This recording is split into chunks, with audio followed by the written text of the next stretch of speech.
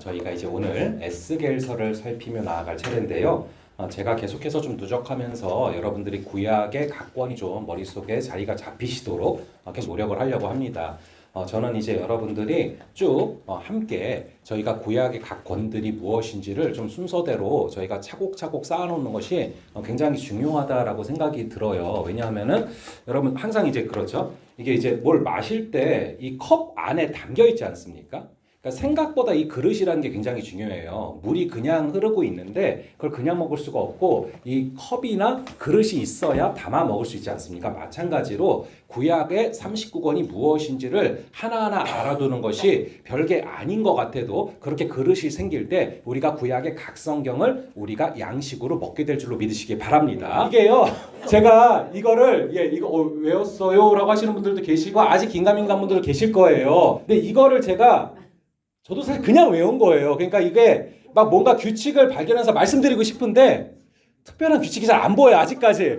그냥 저도 계속 입에 이렇게 걸어다니면서 하다 보니까 계속 달라붙는 거거든요. 그러니까 여러분들께서 이렇게 걸어다니시면서 한번 이렇게 쭉 어디다 써놓으시던지 아니면 저장해 놓으시고 걸어다니면서 쭉 그냥 읊어보세요. 그래서 저는 사실은 그 찬양 굉장히 좋다고 생각하거든요. 창세기, 출애굽기, 레위기 이런 찬양. 근데 그런 것들이 아마 다 이제 피가 되고 살이 돼서 남아 있는 것 같아요. 저도 어릴 때 계속 그 찬양 했었기 때문에. 그래서 이제 이 순서가 이사야부터 쭉 하시다 보면은 어느 순간 잊게 되실 거예요. 그리고 저희가 지금 쭉 한 권씩 보고 있잖아요. 이사야 받고 예레미야랑 예레미야 이제 같은 저자가 썼습니다. 눈물의 선지자. 이 예레미야가 썼기 때문에 같이 본 걸로 쳤고요. 그 다음에 이사야, 예레미야 애가 에스겔. 그래서 저희가 한 권씩 볼 거기 때문에 이 순서대로 따라오시면 사실 결국 끝날 때쯤에는 다 들어와 계실 거예요. 그래서 오늘은 이 에스겔을 볼 차례인데 여러분 에스겔은 참 모든 선지서가 그렇지만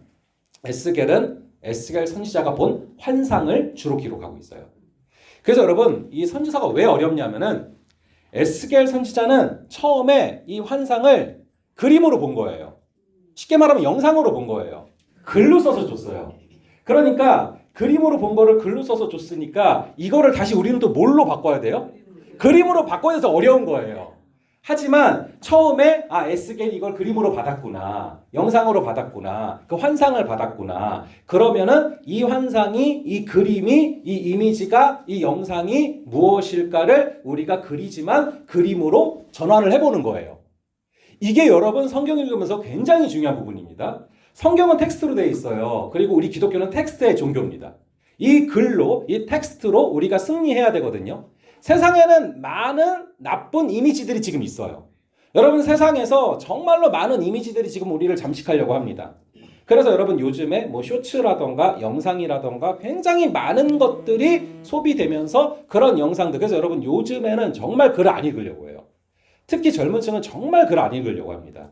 하지만 여러분 기독교는 텍스트의 종교거든요. 그래서 우리가 이 세상이 주는 이미지가 아니라 성경이 주는 텍스트가 묵상함으로 말미암아 그 이미지가 세상의 이미지를 정복하는 역사가 있기를 주님의 이름으로 축원합니다. 그래서 여러분들이 읽으시면서 이 텍스트인데 이거를 에스겔이 어떤 그림으로 받은 걸까를 여러분들이 그려나가 보시면 돼요. 근데 생각보다 또 어렵잖아요. 우리가 항상 제가 강조하는 게 그냥 보면은 어느 순간 까만 건 글자가 하얀 건 종이가 됩니다. 하지만 이거를 생각을 하면서 이게 어떤 그림일까를 떠올리면서 보다 보면은 분명히 그 그림이 여러분들의 마음속에 자리 잡게 될 줄로 믿습니다. 그리고 그게 어려우실 수도 있으니까 저 같은 사람이 존재하는 거예요. 쉽게 설명해 드리라고. 그래서 보면은 선지자들이 말하는 그림을 잘 이해하다 보면은 성경이 말하는 명확한 성경의 진리들을 깨달을 수 있는 줄을 믿으시기 바랍니다. 그래서 오늘 이 그림을 보다 보면은 우리가 성령 충만이 무엇인가 이걸 명확히 깨달을 수 있어요. 근데 이 그림이 뭔지를 쭉 보니까 물이 흘러내리고 있죠. 그리고 물이 차오르는데 처음에는 3절에 보니까 그 물이 어디에까지 올랐대요? 발목에까지 올랐어요. 발목에 올랐으니까 그냥 그 물에서 자연스럽게 걸어다닐 수 있었겠죠. 그 그림을 한번 잘 떠올려 보세요. 그랬는데 4절에 보니까 물이 조금 더 차오르더니 어디까지요? 무릎까지 올랐어요. 그리고 조금 더 차오르니까 허리까지 올랐어요.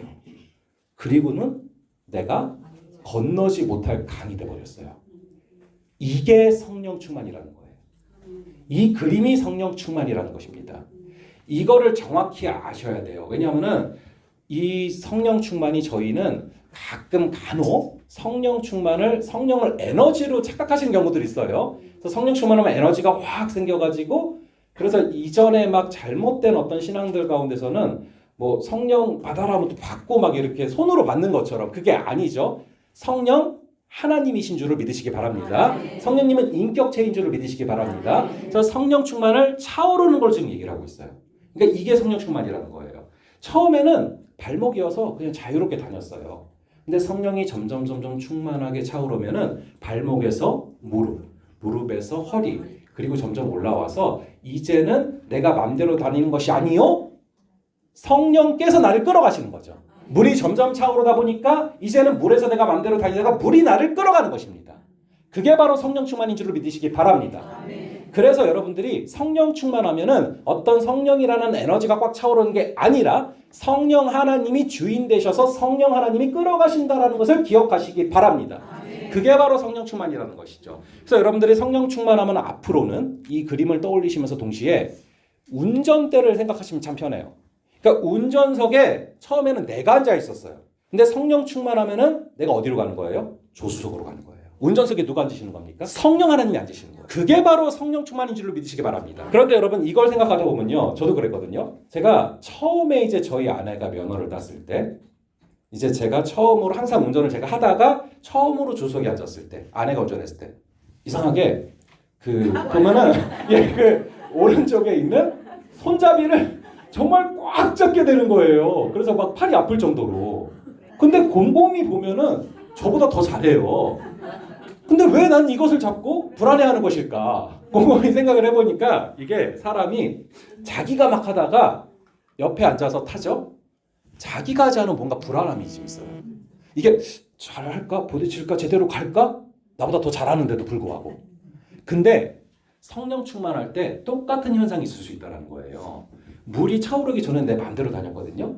근데 성령 충만해서 물이 점점 차오르면은 이제는 내 의지가 아니라 성령 하나님의 의지대로 성령 하나님의 뜻대로 가요. 그러다 보면 처음에는 사람이 심령이 어떤 마음이 드냐면은 큰일 났다. 이거 내 마음대로 안 되네. 내 마음대로 가지 않네. 어떡하지? 라는 생각이 들 수 있다는 것입니다.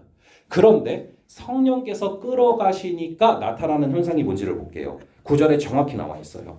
여기 보시니까 성령 충만하여져서 성령이 끌어가시니까 7절에 내가 돌아가니 강 좌우편에 나무가 심이 많더라. 여러분들 성령 충만을 따라 걸어가면은 의의 나무가 심이 많아지는 줄을 믿으시기 바랍니다. 그리고 성령 충만을 따라갔더니 그 다음에 나타나는 현상이 무엇이냐? 바로 바다에 물이 되살아나리라. 원래는 물이 죽었었다라는 거예요. 사해라는 걸 들어보셨을 것입니다. 죽은 바다죠. 왜냐하면은 들어오기만 하고 나가질 않아요. 그러다 보니 염도가 너무 높아서 거기 있는 모든 물고기들이 다 죽었었다라는 것입니다. 하지만 성령 충만이 임하시면, 성령께서 임하시면 우리가 받기만 하던 우리가 주는 성품을 기르게 되고, 그럴 때 우리는 양선의 열매를 맺게 되고, 그럴 때 살아나는 줄을 믿으시기 바랍니다. 그리고 계속해서 성령 충만을 따라갔더니 모든 생물이 살고 고기가 심이 많고 이 물이 흘러 들어가므로 바닷물이 되살아나고 각처의 모든 것이 살 것이며 라고 말씀하고 있습니다. 그리고 이어서 12절을 함께 한 목소리로 묵상해보고 또 낭독해 보겠습니다. 시작. 강 좌우가에는 각종 먹을 과실나무가 자라서 그 잎이 시들지 아니하며 열매가 끊이지 아니하고 달마다 새 열매를 맺으리니 그 물이 성소를 통하여 나옴이라. 그 열매는 먹을만하고 그 잎사귀는 약재료가 되리라. 아멘. 성령 충만을 따라갔더니 강 좌우가에 과실나무가 자라난대요. 근데 잎이 시들지 아니하고 열매가 끊이지 아니하고 달마다 새 열매를 맺으리니. 저희가 끝까지 다 볼 거거든요, 신약도. 근데 여러분 요한계시록에 딱 이게 나와요. 강 좌우편에 천국에 가게 됐을 때 나타나는 현상이, 가서 보면은 강 좌우편에 나무가 쭉 있대요, 생명나무가. 근데 매 달마다 다른 열매를 맺는데요.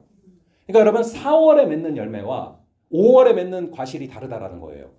천국에서 맺는 열매인데 얼마나 맛있겠습니까? 12번을 다 다른 맛을 볼 수 있다라는 것입니다. 저희가 반드시 하나님의 때에 거기서 함께 만나서 그 열매를 맺게 될 날이 올 줄로 믿습니다. 그걸 먹게 될 날도 올 줄로 믿습니다. 자, 그렇게 성령의 충만함을 따라갔더니 그렇게 이 12절에 나오는 것처럼 달마다 새 열매를 맺게 되고 그 열매는 먹을 만하고 저희가 늘 기도하지 않습니까? 사랑, 희락, 화평, 오래 참음, 자비, 양선, 충성, 온유, 절제. 이 성령의 열매를 우리에게 맺게 하시는 것이 성령 충만인 줄로 믿으시기 바랍니다. 버릴 게 하나도 없게 돼요. 심지어 그 잎사귀는 약재료가 되리라. 저희를 의의 나무로 삼으시고 심지어 잎사귀마저도 약재료가 되어서 왜요? 저희가 구약과 신약을 먹으니까 그것이 약재료가 되어서 우리를 만나는 사람들이 살아나는 역사가 임하게 되는 줄로 믿으시기 바랍니다. 이 시간 잠깐 기도하실 때 이렇게 기도하도록 하겠습니다. 아버지 하나님, 저희가 오늘 이 에스겔의 말씀을 통하여 에스겔 47장의 이 환상을 통하여 성령 충만이 무엇인지를 깨닫게 하시니 감사합니다. 아버지 하나님, 성령 충만은 처음에는 그 물이 성령의 그 생수의 강이 무릎에서 허리로 차오르고 허리에서 점점 올라가서 이제는 내가 헤엄쳐 건너지 못할 강이 되어서 그것이 나를 끌어가는 것임을 바라보게 됩니다. 아버지 하나님, 저희가 성령이 단순한 에너지가 아니라 성령 하나님이 그 인격이신 하나님이 내 안에 계셔서 이제는 내가 운전대를 잡는 것이 아니요 성령 하나님께서 그 운전대를 잡고 나아가시는 것임을 다시금 바라보게 하시니 감사합니다. 우리에게 성령 충만케 하여 주시옵소서. 그래서 우리의 삶의 주도권을 이제는 내가 붙잡는 것이 아니요 성령 하나님이 붙잡고 우리는 순종하게 하여 주시옵소서. 우리의 왕좌를 주께 내어 드립니다. 주는 그리스도시요, 주는 그리스도시요, 살아계신 하나님의 아들이십니다.